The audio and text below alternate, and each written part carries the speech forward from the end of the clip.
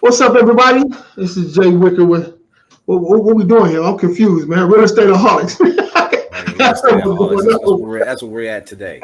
Yes, one of them days, bro. One of them days. What's up, guys? What's going down? Not much, man. Appreciate How you you guys doing, jumping Mr. on, man. Sims? Yes, sir. Yes, What's sir. up, Jerell? Yes, sir. My bro. Yes, Real estate investors, man. That's what I'm talking about, man. Now the big boys on the screen now. You know what I'm saying? What's going on in y'all world, man? Man, just Wheeling deals, and man. dealing. Just deals, man. Yeah. You're closing a lot. That's just what we do around here. But man, it's problem solutions and just getting through everything, man. You know. But people out there saying there ain't no deals. Nah, it's deals. Man, how you closing deals, man? It's my They clients. say there ain't no deals out there. That's what I've been hearing. Well, that's because they not looking in the right Exactly. place, Jay. Hey, he be on it. I agree. Not moving. I agree. Pivoting. Like sometimes people think, okay, man, oh my area, because I'm in Atlanta. I'm in Atlanta, so I mean, there's always something to complain about in Atlanta about the market. It's deals everywhere, man. Or too much competition. So if you're not getting any deals, there's a couple of things that could be a factor, right? Maybe you're not working the deals like they're supposed to be worked. Well, the problem is here's the number one thing. Here's the number one thing. Can you guys hear me? Yeah, we can hear you, but I don't think you can hear us. Hold on. Because you straight cut me off. Like you didn't hear that. Okay, I can hear you guys now. My bad. I can hear you guys now. You can hear us now? Yeah. So a couple of things that can happen, man. People whether you don't know what to say when you get a client on the phone, right? You may have a great deal, but if you don't know how to close that deal, guess what? You don't have a deal. You don't have that going on. So you got to reevaluate the way that you're doing things because market changes. Sometimes you got to say something a little different than you did last time. One trick pony. Well, like I was saying before you cut me off, Jay, because you was on mute. You were just. Can you hear us, Jay? I can hear you. Okay, there you go. All right, so your market, sometimes I'm in Atlanta, like I was saying, so it's always something to complain about. High prices, competition, the damn the code enforcement taking down my damn flyers. I mean, it's always something to complain about. Okay, so sometimes hard times make you expand. People want to keep on, trying to go back to that well where, I mean, sometimes you have to go away you can always come back home. Like I had to tell a client just yesterday, you can always invest back in your backyard again. But right now you see it. There's nothing for you right now. So, right. It's time to take that next step. I'm not saying if you never got into a deal, go do a deal and all the way across the country and all that. But if you have, and you have done a lot of deals in your city, maybe it's time to move a couple cities, maybe to the next state. Exactly. Who knows? There's deals, man. There's deals. Let me piggyback on that one, Jerell. Even if you decide that you are going to go to the next city or the next state or the next county, still continue your marketing in your backyard. Yeah, of course. Period. Of course, that's how you always want to stay grounded to what's going on right here. But you gotta keep up. You gotta keep up because the market's changing. So you run around and don't do a deal for 2 years, you damn near new again. Yeah. And this economy right now, if you ain't done one in the last 3 months, you're starting new because you can't comp a property the same this month as you did 6 months ago. Yeah. I mean, it's gonna depending on the market, because markets are decreasing. They're going down. Not a whole lot, but they're going down quite a bit. So if you're running a comp and you running it back like 6 months, well, that would have been the high peak of what everything's selling at. But right now, it's kind of getting a little bit steady. Yeah. I mean, you see the trend. You can definitely invest to the trend. You just may have to search a little harder, but you invest to the forecast you see. You see that this market has dropped, 40,000. Prepare for another 40,000, and then you by the time you either refine it or selling it or whatever because you fixed it up, you may be on more of a mark than trying to get that what's current or what you saw last year price. Yeah, that's not happening right now, unfortunately. If you don't adapt, you're losing. Yeah, you gotta adapt. Well, it's like the lottery. You got to be in it to win it. Yeah. You gotta be in it to win it too. You do.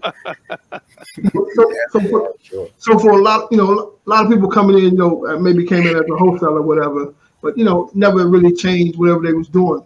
Sometimes you got to change a little bit, man. You got to add something to your repertoire, and that's kind of one of the things we want to kind of touch on, man. Like buying whole residential, real estate, right? It's different ways to get that done. So if you just used to wholesaling properties, why not? If you saved up enough money, why not get into this arena, the buying whole game? It's real estate investing. It's just a little bit different from what you're actually doing. I'm glad you brought this up. I'm telling all my clients, I'm tired of you selling, tired of selling our properties, bro. Yeah, man. Yeah, and man. I hope a lot of us, and we all sell. Most of us sell. We flip. We gotta start holding. I'm really is hitting home too because I've seen a lot of doors open for a lot of people over this time. We've been doing loans, and specifically, it's all because they held. It's never because they sold. Yeah.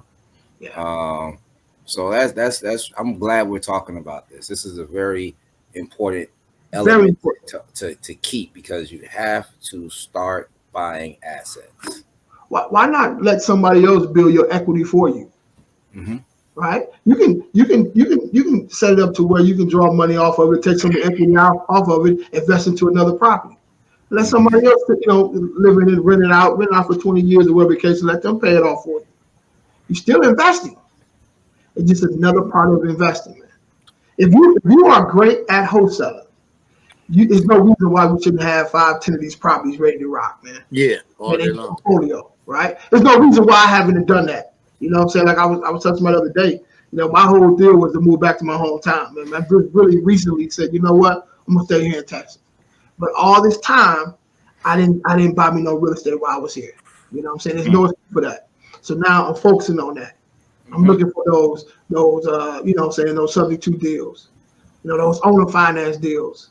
All of that, I'm gobbling all that stuff up, man. Definitely. So yeah. So this podcast today is for those people, man, who's looking to do some buy and hold. Like, what do they have to do, guys? How do they find these type of properties to buy and hold? The same way they do wholesale deals. Yeah, market, because you find your deals not necessarily in buying turnkey. Now, I'm not knocking turnkey properties, buying a turnkey property at all. I mean, if that's buying a good value, yeah, because it's all about the dollar. It's all about what you buy it at. So, but you get your good deals, you get your really good deals when you have to maybe put a little sweat into it. Now, staying in a price point, that's the key. I mean, you can't go buy a $600,000 property and then want to rent it out. That's not. I wouldn't do it. I mean, of course, people do that, but that's not what I'm preaching. Mine is staying within that $100,000 to $200,000 range, so that your average buyer rent that you have to charge, that's your buyer because you're going to hold the property. You have this property. Okay, yeah. You're right. But this rent that you're going to charge is going to be well above some type of 6%, 5% loan that you're going to be holding for 30 years. So that's what I believe is that good price range. You should stay in between that 100 to 200,000, and buy as many as you can. To tell you the truth, I agree with that. You can. That's kind of the any person who's buying when first start a home, they're gonna be at around $100,000, $200,000, right, for your first starter home. So that the average person, well, I keep thinking about fixing flip. Yeah, fixing flip. But what I would do because I got a way to get out of that property. You get a property worth $600K. You know, it's a lot of people who can actually buy that, but it's more people that can buy a property around 100 to 200,000, right? So you want to be able to offload that if you need to. You know what I'm saying? So always feel out before you buy. You know, that's how I look at it. So, and you know, buying a property that requires some renovations, getting in there, buying it at a good price, and then putting the things that you know that need to be addressed, you know, to the property when you have that buy and fix loan, and then refinancing with your boy again here, at, you know, 80 to 75% of the value. Now you can potentially walk away with money, cash out, and then still keep the property for 30 years turning for you. So yeah, man. I mean, that Burr method basically is, I mean, I know it's not nothing new because, I mean, my family been doing it for years, but I love that so many people, I've heard that so many times, Burr method. That's that bigger pocket. It finally feels like a lot of people see it, you know, or finally getting it, you know, that. Well, that's because they gave it the acronym. Yeah. A long time ago, there was no acronym. Yeah, there was no acronym for it, you know. Yeah. And then another thing too, a lot of people were not dealing with banks a long time ago, because, you know, the banks and lenders are now involved in it. But now that they've given it the acronym, more people are out to say, okay, well, now I understand it because I've got this acronym to go by, and I understand this is the first step, this is the second step, the third step, the fourth, and this is how I get out of it, so I can go do it again. Exactly. So we go to, so we, in our mind, we're gonna start buying some properties now, right? Yeah. So the next step will be contact that mortgage loan officer, man, that broker, get pre-qualified, right? Now I had an issue. I forgot, what is the minimum down payment? I know it's 20%, right? When as far as investing, I'm going to do a conventional loan, right? Depends. So is it 3 to 20%? Because I wasn't for sure when I put that in there. Yeah, it is actually 20%. I mean, 3%, right? FHA is 3.5. There's a whole lot of ways you can do this. See, that range right there you have, it splits. If, like, say if you buying a property, you go do FHA, stay in it for a year, out, you know, then you run at 3%. But if you're never going to live in that property, then you're not going to be at that 3%. You see, right so now it's a big range. Right now, go ahead, Lenny. 6%. Right now on the loans that I'm getting for my for the properties that I'm buying, they're at 6%. Yeah, FHA. Yeah, at 6% here. Well, I mean, you know, the lender I'm using, you know, they at 6%. So 6%. You're talking about 6% down or 6% interest? Yeah, 6% down. Well, I mean, 6% interest on it. Yeah, 6%. No. Okay. No. So so when you go into Hardmoney, then you're going to be touching about 20, 25, lowest 15. Yeah. And then if you're talking conventional as a secondary investment property, then you're talking about 10 to 15. But then there's reasons why you may not want to go that 10, because you have to buy it in your personal name, or you may have to live in the property, you know, for a certain amount of time. So, but that you are correct about 3 to 20. It just really depends on what you're able to do. How you want to set it up, basically. So technically, I mean, let's say if you're doing $100,000 deal, property, right? You're talking about roughly two assignments, right? 20 grand. 20 grand. Let's say 20 grand. You went to another type of investing, man, and you're looking down the line, right? So you don't have to stop. If everybody slows up in your area from wholesale, you still don't have to stop. You can kind of pivot a little bit and still continue to make you some money. Now let me pull a lot of the people that's uninoculated up on game right fast. So let's break that down. All right. What did you say? What's the word? What's the word? Because I'm gonna try to say it so simple that anyone is about to get baptized. You just gotta just open your ears right now, guys. All right. So when, instead of buying it at, like, because what we're talking about is retail, you know, that 20% down. So say if you have that $100,000 property and you're going to put, instead of buying it retail, you're buying it with some renovation is needed. Okay, so say you want to put 30,000 into it. All right, I will get you financed at just $90,000 is your loan to buy the property. So now you need just 10,000, not 20,000. Okay, so $10,000 down to get into the property. Now you're going to buy it for, now you have it for 100, 130, you all in for 130, 10% is your down payment. All right, that property, when you finish, because you put that 30 into it, is worth, say, 210,000. Okay, now that's called your ARV. So at that time, you refinance. That's the second R, right? No, that's a third. Third R, yeah. The third R, not exactly. Buy, renovate, yeah. So it's the third R. Now you're refinancing at the worst case scenario 75. So let's say you want to really cash out. Let's go with 80%, because that's what I think. That's how you get that money back and then turn it into another property, right? So you refi at 0.80. Now you had 168. Give the lender back their 130. You're at 38,000 that you're walking with cash to go buy another property. More money than you probably had when you bought the $100,000 property. And you have a property that you're selling. I'm not selling, but renting out for however long. So if you ever want to let go, you only into the property lower than 70% of the value. Exactly. That's what you want to be at, guys. You want to invest in, be able to do this thing in a way that the initial investment that you put into that property, you're able to take out of it as soon as possible. Mm-hmm. So let's say the market drops, right? Let's say you lose the property. Do you really lose? Right? You got your money out that you put into it. You know what I'm saying? And that's the way you do it, man. You have to pivot, guys. You got to pivot.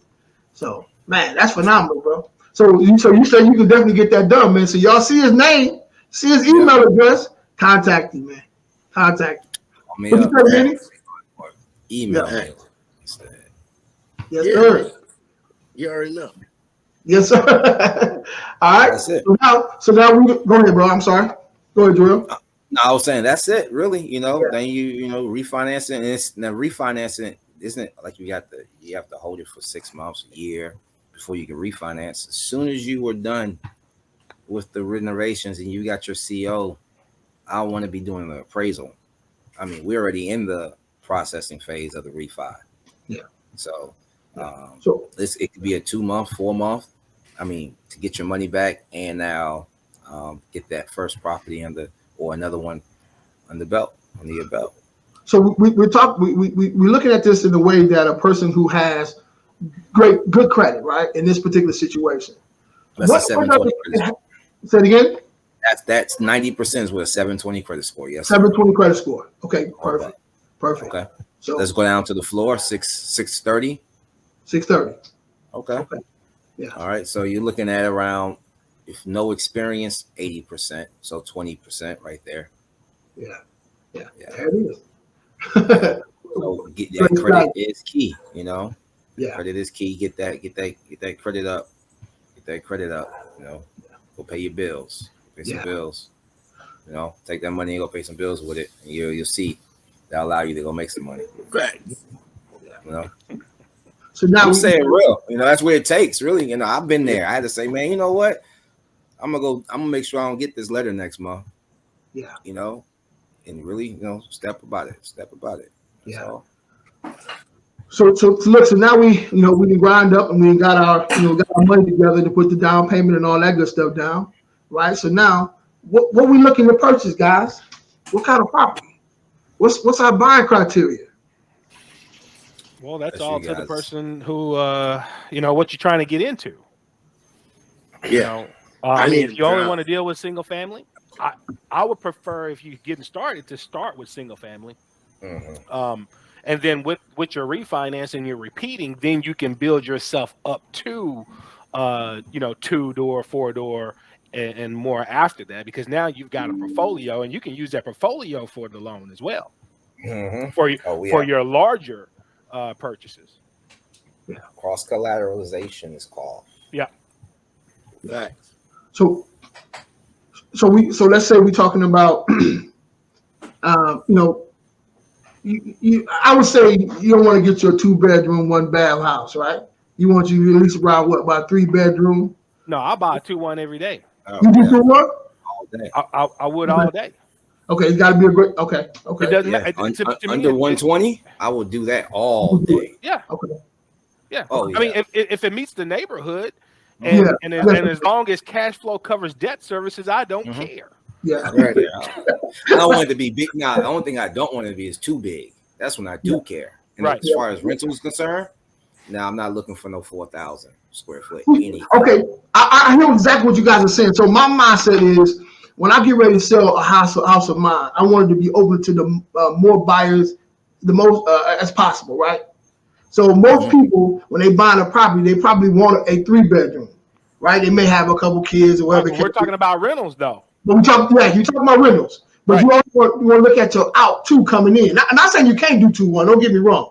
If like you just said, like if the area is the 2-1 area, hey, man, you know, get in where you fit in.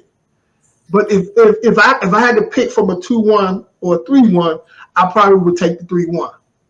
You know why? You know, the only reason why I understand where you're going with this, Jay, but only reason why I say still a 2-1, okay, is because it's cheaper.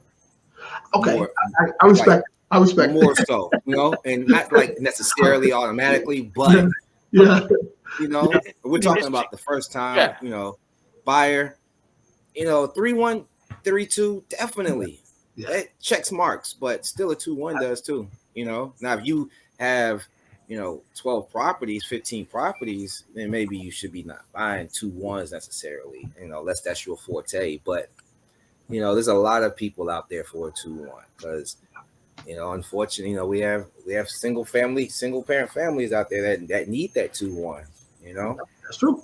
Yeah, but my exit strategy on that, Jay, most of the time with those 2-1s is that your tenant, most of the time, if you're getting ready to do an exit on that, the tenant that's in the property is more than likely going to want to buy it from you as well. Mm-hmm. They're already there. Yeah, yeah. Mm-hmm. And I can report their payments for them on their credit, right, to help them get approved for that. Mm-hmm. Yeah, yeah. It's definitely. Now I'm saying nothing against 3-2s. I'm just not looking for any 5. Yeah, 4, 6. No, 6 bedroom. Yeah. No, unless it's do multifamily, you know, and I'm rocking. But yeah. And Lee can attest to this. I mean, us doing St. Louis, we run into those 2-1s all day, every day. Right? It's like that's the only blueprint they had. Yeah. Well, I mean, but you know, Missouri, St. Louis, it seems like that's the only blueprint they had. Yeah. But remember, we're talking about old townships. Yeah. Right. Yeah, right. That's what we're talking about. Old townships. So that's all they were building over there. Yeah. Yeah. And so that's what that culture and those they're aware of that. I'm going to be looking for a 2-1. Yeah, definitely. You know, especially in Mark Twain area. If we go on the other side by the Mississippi, and we're all over in that area, it's all 2-1s up and down that street. 2-1s. Yeah. You know. Yeah, for and sure. they're those are easy to pick up. It is, yeah. 720 square foot take you about 4 weeks rehab. Easily, yeah. Easily. And that's what everything majors all the way down. That take you about 4 weeks rehab, right? Yeah. And that property is right back up and ready. You put a sign out there week 3, and your phone is already ringing for somebody to rent that thing. Yeah, that's true. Easy. It's true. So, and I'm asking this question as a person just getting into wholesaling, right? Now I want to, I've been doing it for a little while or whatever. Now I want to transition to buy and rent property. So, where would you say I go to find these good deals at? The same place that you're looking for your wholesale deals. Okay, your job is, and I'm gonna take us all the way back to when I first got into the business. It's 2004. Mr. Ron LeGrand, right, the grandfather of real estate education, right? So you want to be a transactional engineer. If you're just marketing and looking for wholesale, that's all you're gonna get. All you're gonna get, yeah. Facts. But if you start and build your wholesale business, and I'm gonna underline this word twice, business, and your lead flow is coming through, Now it's your job to determine, do I want to put this in the wholesale bucket, the buy and hold bucket, the flip bucket? Now it's your job to make that determination. Yeah. What is my exit strategy for this potential lead? And that also determines how you negotiate that with the seller. Sure enough, do. Just like Jay, I go back, piggyback on what you were saying. When we had first hit that first podcast, and Jay was like, I'm sending them every offer. Yeah. I'm sending them a finance offer. I'm sending them contract deed officer. I'm sending them cash offer. I'm sending them, go ahead. Go ahead, open this menu up. Yeah. Go ahead, go ahead and open this menu up. And then, like Jay said, that'll go ahead as you further the conversation, you get those triggers, you figure out what triggers the seller, why the motivation is coming in. Right. And then, pretty much they be open to anything at this point if you give them more than one option, just the wholesale. But then just like Jay said, man, you got to drop it in that, buy and hold bucket, drop it in that flip bucket. Yeah, let's figure out what it is that they want. Right? Yeah, man, exactly. Yeah. And Jay, you just mentioned, subject to. Well, on most cases, that's what some of the wholesalers are missing their deals. Right. Because they're automatically, everybody that's preaching, look for equity, look for equity, look for equity. But again, if cash flow will cover debt service, I can take this property over. The homeowner who's in trouble, whether they're in pre-foreclosure or whatever, tax foreclosure, or whatever the case is, they may just need some moving money. Yeah. Hey, here's $2,500. I'll help you move. As a matter of fact, here's another extra $1,000. Yeah, man. Okay, because I'm about to take over this property, right? Yeah. Okay, I'm gonna take over this property. They're paying $900 a month. Rent rate in the area is $1,200. Yeah, it is. Right. I may only have to put $2,500 into the property to clean the carpet, freshen up the paint. Yeah. And it's right back out there. Right back out there. Yeah. I always say, man, even if the property is upside down, if the seller's motivated, we can get this deal done. Hey, I bought a lot of upside downs, man, in 2008, 2009, and 10. Okay, where everybody else was running away from those things. I was taking them over subject to, but I was actually buying the second note on them and shorting them. Yeah. Yeah. I short the second on it and create my own equity. There it is. That's a lot of extra work, Jay. Huh? That work to be able to do that. That's a lot of extra work, though, huh? Not really. Not really. Because remember, let's go back to basics. Break that down for because you got some people watching though. Let's go back to basics, right? Okay. When a person gets a mortgage, okay, in most cases, depending on what that mortgage company is, sometimes they didn't qualify, so they had to do what's called an 80-20. Right. Okay, 80% with this lender, 20% with the other lender. Yep. The first lien holder normally and typically is the one that's going to file for foreclosure if they're not paying for them. Yeah. Okay. But they don't tell the second lien holder. Yeah. They don't care. Okay. Yeah. The junior lien, Yeah, they don't tell the junior lien. They don't talk to each other. But I can always go get authorization from the seller and talk to the junior. Right. And negotiate them down, because if not, they're going to get what's left over. Because remember, the attorneys, the government, everybody else gets paid first. Right. Okay, the lenders can't make surplus on this. Yeah. So now I'll go and short the second, give them something for that second lien. Now I hold that lien. Now I own the lien. I'm the bank on that second. Yeah. Okay. Then I go back and then I bring the first one back current. So now I've shorted that second, created equity in it. I bring the first back current, and now I take it over subject to, and I can rent it back out. That right there, guys, called creating equity. So even in the market where they say there's no good deals, man, no good wholesale deals, he made a deal. Right. And you can do all that with the rental income that you're getting while holding it in subject to. Exactly. Facts, man. But then when I go to refinance it, like we were just talking about, I didn't hear that. I got the equity to go ahead and refinance it. Yeah.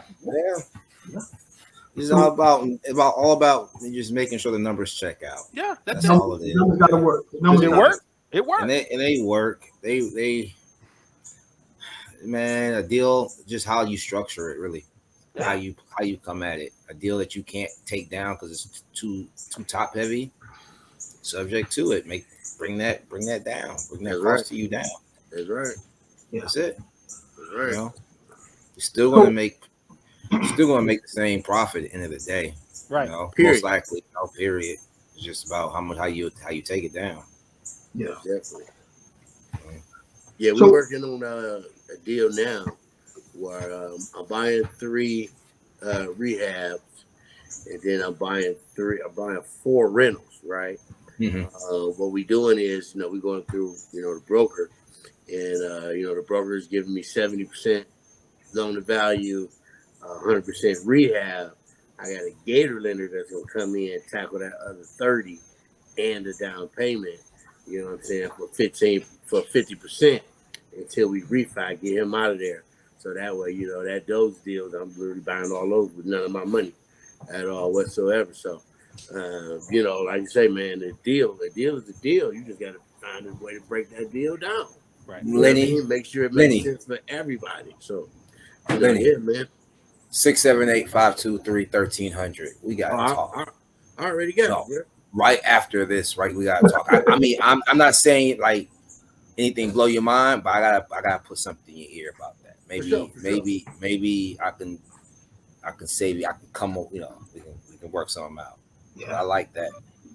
That's something I know a couple of people private, because I do private money also. I do private money. It's going down. And I've taught people how to lend money. Real talk. I'm not just, hey, I got a deal right here. No, I come with, aligning you with the right security documents, instruments that you need in your closing. Because a lot of folks are closing, I've learned, a lot of private money lenders are closing with no security, man. Yeah. No security. Right. Like, I know a dude that thinks his lien is recorded. Oh, shit. Like, no security. And that's just right. But I make sure that doesn't happen, So, but it's not that hard. It's not like it's extra cost to people, I'm saying? It's just making sure that everyone is squared away. Right, exactly. That they're investing in. So, definitely, man, we need to talk. So we got this bond hold, we got our criteria, what we're looking for. So where are we gonna, what should we invest at, man? What areas, man? How do we know where the good deals would be at, man? Opportunity zones. I mean, if you're starting out right now and you're looking to buy and hold your area, somewhere where you can still be in control and you don't have to relinquish that to anyone else. Facts. That's what I would recommend in the beginning. Yeah. Because as you're building later on, if you're going into another area, another state or something like that, it's going to be hard to be able to control that, and you don't have anybody to relinquish that management to. So definitely in your area, I would probably say take out a map and go no more than an hour's drive from where you are. I was just about to say the same thing. That's it, man. That's how you do it. That's how you do it. Manage that thing yourself. But I just say, you can't do that or whatever. You got a job, you can't be over there. Whatever the case is, you get a management company that can take care of that with about 10% or something like that. Yeah. But still, you need to manage the management company too, though. Exactly. I want to just piggyback off what Jay was saying. Like, most of my buyers right now in Springfield, they'll only go 30 to 45 miles outside of Springfield. They're not trying to send no crew 2 hours away. Nah. They're not. I mean, who gonna walk it? Make sure they work. You know what I mean? So they're not trying to send no crew 2 hours away. So like Jay say, man, that hour away, that 60 miles, 30-mile range, that's good, man. Anything happen, if can't nobody get out there, you can get out there. You know what I mean? It ain't no stress on you. Just jump in the car a few minutes and, you know what I'm saying, you're there. But yeah, most definitely, man. Most definitely. Like Jay said, I definitely stick to that, that radius. You know what I mean? I call that an emergency radius. You know what I mean? Because anything happens outside of an hour, shit, man, you're going to be driving. Yeah. Yeah, I mean, like, you would create yourself another job. yeah, right? yeah. trying to be watching with something like that. Go to work full time, take care of the kids, the wife holding, and driving. Go change the light bulb. With a plunger. You know what I'm saying? you don't want that. All right, now, let's throw a wrench in the bucket though. All right, you live in an area where all the homes in your whole hour, north, west, south, and east, every home is over $500,000. You only have, you want to invest, but you have $25,000. So that 20% or even that 10% isn't doing it. What do you tell that person then? What should they feel comfortable with then? Because now we're obviously not going here. Right. Yeah. So how would you act? What things would you tell that person to watch out for, and definitely try to look for in a deal that's out of state? Wow, man, that's a phenomenal one, man, right? As far as residential, I probably wouldn't invest in that. As far as a residential, not multifamily. I'm talking about residential homes, or going for anything that's turnkey or anything, it's just outside your range. It's whatever. I just put a number to it, it's just outside your range. Yeah, I'd go where I can afford. That's one. But at the same time, I would actually build a team to help me with that.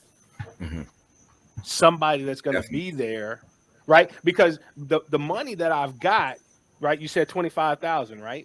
25. I can still use that, but I can also then put someone on staff to be able to help me with that in a different area. I can give them equity in the company. If I put a property in an LLC by itself, I can give them equity in that, right? And help build them with knowledge at the same time while I invest in another area, while they're getting business knowledge and managing those properties and those projects. That's exactly how this deal is structured with us and the Gator lender, right? Because the Gator lender, he doesn't have any rentals. You know what I mean? So with him coming in, paying that 30% and that down payment, and him being the equity partner for a short while, that's giving both of us that experience. You know what I mean? So yeah, man, definitely. Another thing too, man. I mean, what you can do, man, is connect with one of the real estate investment communities, right? That may be in those areas out there, and build some relationship with some of those people, and maybe you guys can partner up on some stuff, right? Definitely. Because one thing about it, man, the investor community is very small. So if a person ruin his reputation, he can ruin his reputation for everybody, right? Yeah. They don't want that to happen. So that may be a good avenue to take, man. You know what I'm saying? But that's what I'm getting to, Jay. And I mean, that's kind of broad for me, but I'm gonna narrow it in. I'm starting interviews. I'm talking with these people so that I can be a good judge of characters who's gonna work with me. Because I'm not just helping you help me, but I'm also helping you too. Right. I feel you. Like even my mentees, I tell them I'm mentoring you, but guess what? This is not for you to be working for me or to stay with me for your whole entire life. This is for you to also develop your business symbiotic with mine while we're doing the same things. Yeah. Let me ask you a question. What quick? Hey, Ryan, what's up, Ryan? How you doing, brother? Yeah. I got a comment on his business. I disagree with, your own business. I'm in the business of making businesses. So okay, my business. How do you get deal flow? You bring in your mentees, and you bring them up and you put them on the farm team, and then you until they get some deals or something, and then you LLC them, and then you just jointly pay for that marketing off that first assignment fee. I did that. Got a mentee paid me $10,000, and then half of the other $65,000, which was our launch of our business. So I got $10,000 personally for coaching and for training and for kind of helping her out before we got everything situated. But the reason why I disagree with him is I want half of that business for the rest of my life. half of your mentee? You said half of your mentee's business? No. Yeah, I think you came in. I think you came in a little bit. We were talking about how to manage an out-of-state rental. Oh, that's what we were talking about. Like, for instance, that's where I came in, was the mentees. So no. We're talking about like how if your market is saturated or over. I got out-of-market rentals. I apologize for getting the conversation lately, but I've got out-of-market rentals too, but not out. I got one in Oklahoma and one in Texas, and a bunch in Texas. So, but they're all Hey, do that question again, Jerell. Let's see if we get Ryan's feedback on that question. Oh, we'll go to the next one. Okay, yeah. So like, first it started off with, farming in your area. Now we have a problem now in my area, 100 miles north, south, east, and west. All the properties are well outside of what I have for a down payment on a loan. Right. So say it's around 500,000. Okay. All right. So go ahead. I got you. So the reason why you don't have the down payment, okay, is because you don't have the deal, bro. You don't have the deal. Go ahead. Yeah. So here's the thing. I see your name here, bpiquickloans. Mm-hmm. Okay. Do the Burr method. You buy it, you rehab it, you rent it, you refinance it, you repeat it. Okay. You, the lender, you want 25% equity in the deal on a refinance. You, the lender, hey guys, you, the lender, okay, want 20% down on the purchase, right? Unless you buy it on hard money and then do a refinance. Okay. Now we're talking. Okay, so on $1 million property, you want $750,000 all in, right? What if you bought that property for $400,000 and you put $300,000 in it? Now you're in it for $700,000. You hit the refi button, you're getting the cash back in your pocket, right? No, yeah. See, So he's exactly like 30 minutes. Yeah, we went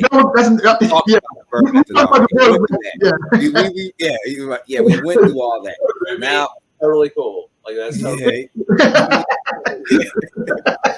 we went through buying it like that. That's definitely the ideal way of buying a property to keep at a very low price and then building the equity in it for yourself. Now we're talking about someone that's looking that their main choice of getting into this is not to basically go get a contract. They don't have any resources like that. They want to buy a property, so to speak, turnkey. And we were talking about the issue of market, of not having enough money down payment wise to afford homes in your area. Now, would you go out of state? Would you expand marketing? Would you change your marketing plan, or maybe looking for just straight for sale by owners? Or would you, per se, we were talking about, go and expand to maybe next door out of state, things like that? I mean, if you're talking about expanding a business, or are you talking about somebody that's just a W-2 guy that is expanding the area of your scope that you're looking at, expanding where you're looking. I do the entire state of Texas. I do the entire state of Oklahoma. Mm-hmm. Mm-hmm. Yeah, like some people that's starting off, but we're trying to keep this this guide in the mindset of someone that's just starting. Buy whole type of work. Thinking about trying to, buy their first property. So I was just asking, per se, Mr. Sims, was his next option would be to move, expand, like go outside the state to get properties, or would you try to just change how you buying properties or looking for properties inside of your area if you were new? This is a mindset. This is someone that's like doesn't have any properties, just want to start their portfolio. Well, I tell you what, we're gonna ask this question here, then we just kind of go forward. But let's check this out here. So the 2% rule, right? It states that you should aim to buy a rental property at the price when it's 2% of the total cost. Is that the way they should buy this property, or is it 1% or 3%? What do you guys say? So let's say we buy a property for $200,000, right? You want the rent to be around what? About $2,000? Yeah, it depends on right. I mean, it depends on how many units or whatever. But yeah, definitely. I mean, like you said, if it's, if I'm paying, 120,000 for it, I'm gonna need that rent to be at 1,095 at least. Yeah. Yeah, I mean, can just see for how that that's 1% rule, and that's just for the refinance though. That's to make sure everything is lined up. You know what I'm saying? When I try to refinance this thing, make sure it's hitting all the right numbers, like Jerell said. Like I said 30 minutes ago. Yeah. Well, I've never heard of that before, but it makes rule? sense. Yeah, I never heard of that 2% rule in buying and rentals. Yeah, but it makes sense. It will work. I can see I'm doing the math right now in my head. It will work for any deal per se for a good interest rate. Now, if you got a balloon, you got a skyrocket interest rate, then exactly that 2% of the purchase price may not work as rent, but because it's like that one deal, Jay, I was just telling you about. Yeah. They want $425,000 for it. I'm going ahead and give them $500,000 for it, but at that $425,000 price mark, the rent's only $375. So it's like, hold on, wait, y'all got 16 units, only paying y'all $375 a month just because they've been there for 15, 16 years? Like, nah, not at all. We come in, we buy this thing at $475. Those rents about to be $650. Yeah. Just because they supposed to be though, like the rent's supposed to be $650, right? Yeah. But we're not gonna just go ahead and just immediately double somebody's fucking rent. You know what I mean? So we go ahead and push that rent up to at least that $525. So we can be over what we pay for it. Just a tad, but yeah, man, definitely like Jerell said, man, definitely makes sense. And even if you didn't really know about it, if you knew and you watching this right now, you just tapped in and you see 2% coming across your screen. Basically we saying, if you buy a property, for $200,000, you're gonna want, the equivalent amount of 2% coming off each door. So each month, every month. So and that's very important, man. It keeps you from going in the red. You know what I'm saying? I mean, you know what I'm saying? Come a door break down or some windows break or whatever, you don't want your whole rent for that month. Yeah, man. That's kind of like the MOA. That's kind of like the MOA formula for buying a fix and flip. Basically, a rule to stay by. Yeah. And just in case anybody, I'm not going to say something. I explain it just in case anyone don't know. MOA is the max. It was an allowed offer. Yeah. So basically, it's you do your ARV times 70% minus your repair equals your purchase price that you should buy it at. Minus your wholesale fee as well. Oh yeah, what? Yeah. But here's a good setup here, man. For if you guys use REI Pro, nice. It has that in here as well. So let's say you're looking to do a little. So this is Deal Pro right here, right? So you're able to do like a purchase. Can you guys see this? Yeah. With purchase with a rent or whatever. You basically just plug in the numbers, man. It kind of does everything for you. So I just kind of put it in there, man. $240,000. Purchase about 170, 2%. 2,000 square foot or whatever. It's like 85 per square foot, and just kind of fill in those numbers, man. So for the hedge fund, about 10% repair costs. I always do, even if it don't meet any repair costs, man. I put at least 1,000 in there, no matter what. Because it's always gonna be something, right? And I don't want that to come out of my pocket, especially when I'm wholesaling the deal, right? Just kind of fill everything in there. You see what the property insurance is, and tax and all that stuff. Just kind of put all that stuff in. HOA dues are right there. So normally, what I want to try to do, man, is you need the monthly rent as well. So what I want to make sure I'm clearing about 12 cash on cash, bro. Right. On the deal. About 12%. Anything above that, man, we run the rock. And it all depends on the deal. If it's a little bit less than that, we may pull the trigger on that as well. But we want to try to stay at that 12. That's kind of the sweet spot for everybody, bro. But you can learn that. Like, listen, I don't work for REI Pro, but I'm giving you guys some information on where I'm trying to get that stuff from. So they need to kind of brother a check. So I sent a lot of people their way, man. So any question? But it's a couple more things too when it comes to 2% rule. I think it's a 5% rule. It's a 7% rule. Like I got a couple training videos on it, man, as well. To really kind of, I know you say you never heard that before, Jerell, but yeah, it's pretty powerful, bro. Pretty powerful. Yeah. All right. Let me see. Yeah. So here's a quick question there. So how do you determine, how much rent is in the area, man? That's pretty easy for you guys. But how do a square or somebody just getting this game determine how much rent is in the area?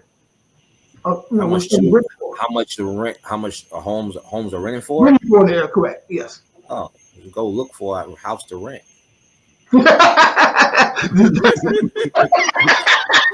Yes, sir. Yes, sir. Yeah, I would do. Yes, sir. If I'm not mistaken, I don't know if Rental Meter's still there, but I used to use them a lot. Rental Meter, yeah. Rentalmeter.com. If I'm not mistaken, Zillow may got them too.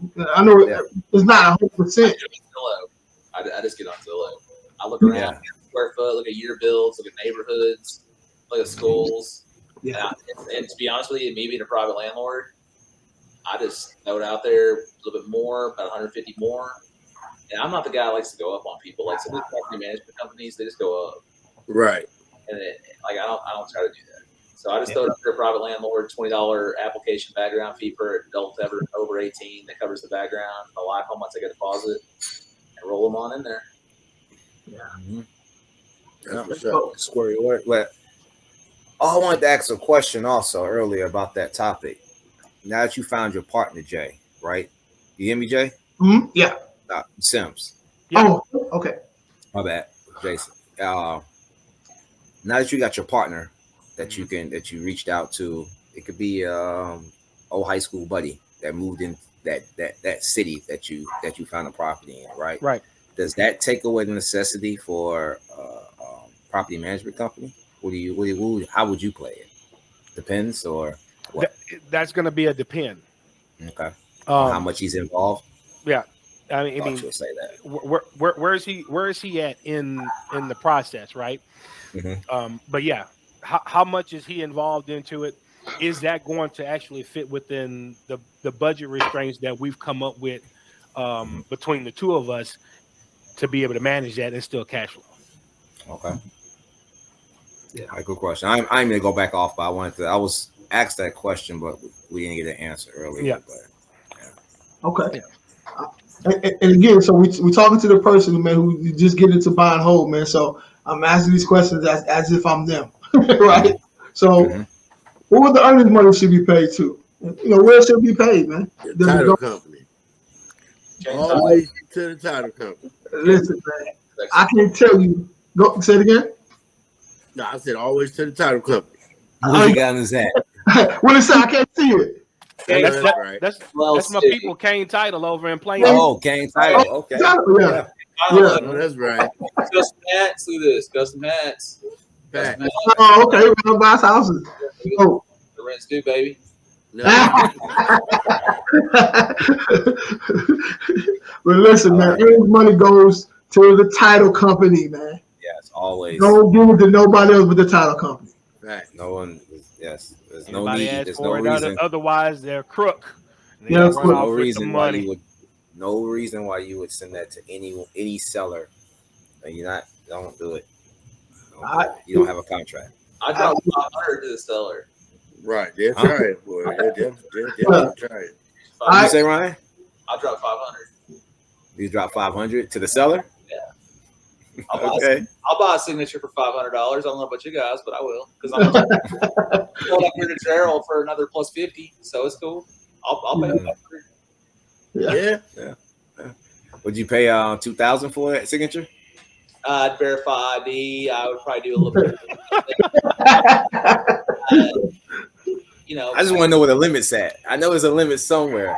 I know you're not going to drop $15,000 on it. I've never paid $500 for a signature. I mean, I put earnest money down, but I don't necessarily need an option. But like when people are about to lose their house to foreclosure and they can barely keep the lights on, and they like need grocery bills, or like, hey, like, here's 500, just get the closing, all right?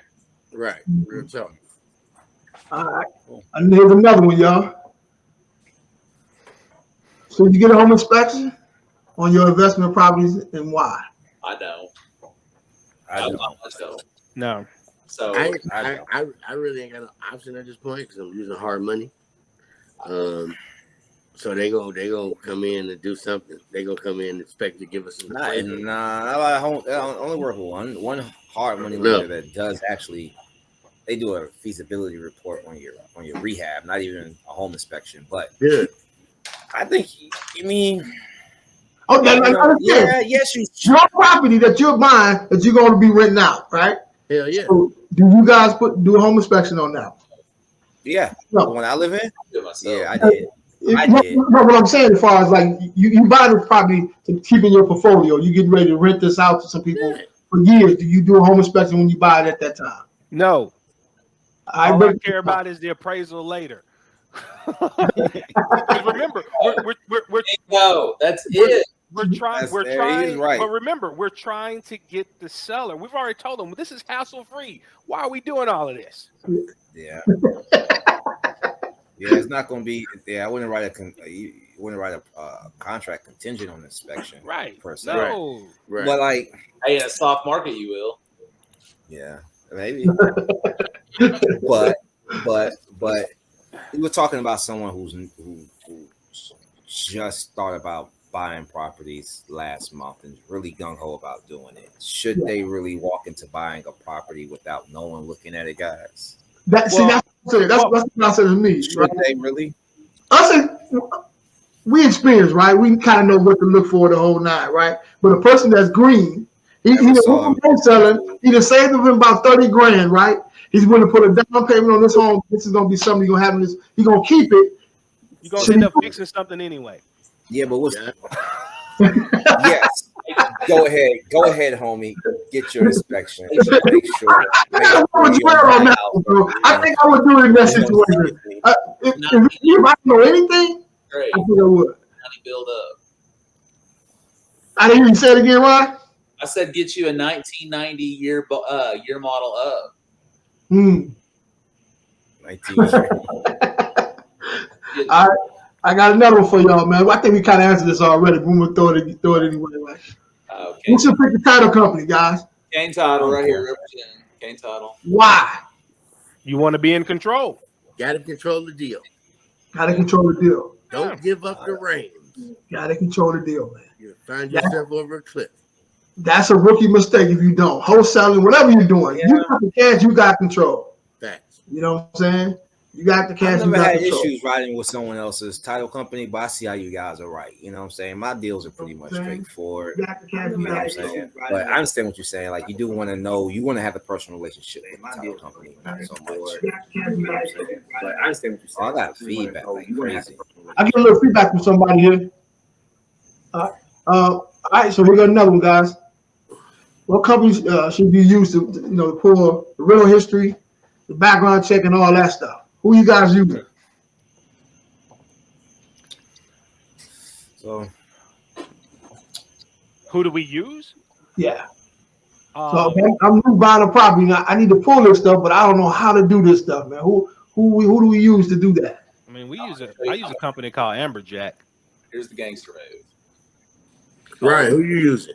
You call your homeboy up from high school, and then you just drop him a text, a picture message of an ID, and then you send him an email address, and you send him Apple Pay $20, and he sends you a background. The hookup. You got the hookup. I got everything. If I got your mug on here, I'm probably not rent to you. It sounds right.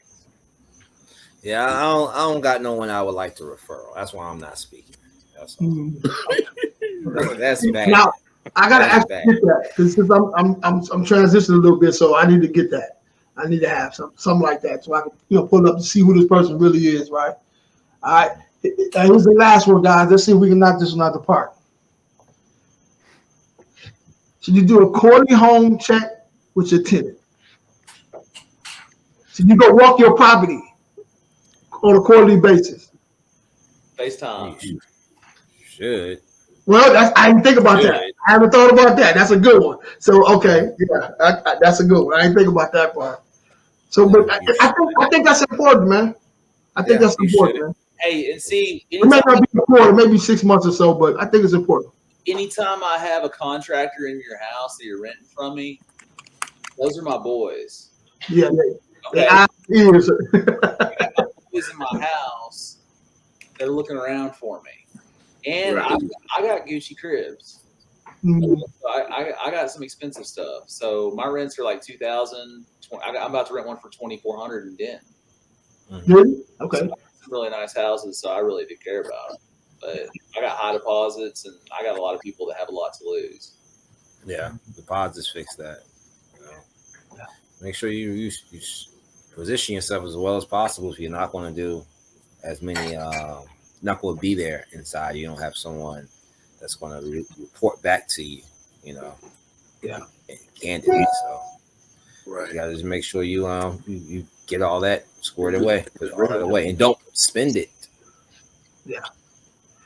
Everybody that's listening to this, man, the people that's going to listen to this, man, I think the information, man, that we talked about today is fire, man. Mm-hmm. There's a lot of great information in this short period of time, man. So take this information and run with it, bro. Run with it. All right? Everybody tell everybody, what you do, how to get in contact with you, and all that good stuff. Go ahead, Ryan. You can start off. Oh, I'm Ryan Jackson. You can get in touch with me on Instagram at Ryan Buys Houses LLC. Yes, sir. Go ahead. Yo, guys, what's up? This is Lenny. Lenny Smith. You guys can find me on Facebook at Lenny Smith. Okay, you see this beautiful mug, and that's me. Okay, but that's me, man. If you guys working, I'm working in the Missouri area. If you guys Southwest Missouri, so if you guys want to link up, no matter where you guys at, man, I'm pretty sure we can get some deals done. All right. Well, Jake. Hey, Jason Sims, New Way Investment Group. I'm gonna make it easy for you because if you're listening right now, you need to be headed over to Mid City Network in Facebook.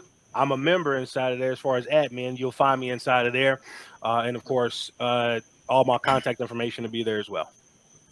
All right, I'm just Jerell here. So I'm a broker, loan broker, Hardmoney, commercial, real estate, single family, duplexes, fix and flips, refis, anything you need. Just give me a call, get you quoted for a loan. It's 678-523-1300, or you can email me down at the bottom. That's bpiquickloans at Gmail. All right, bro. And if you miss anybody's information, reach out to me. I'll give you guys everybody's information, man.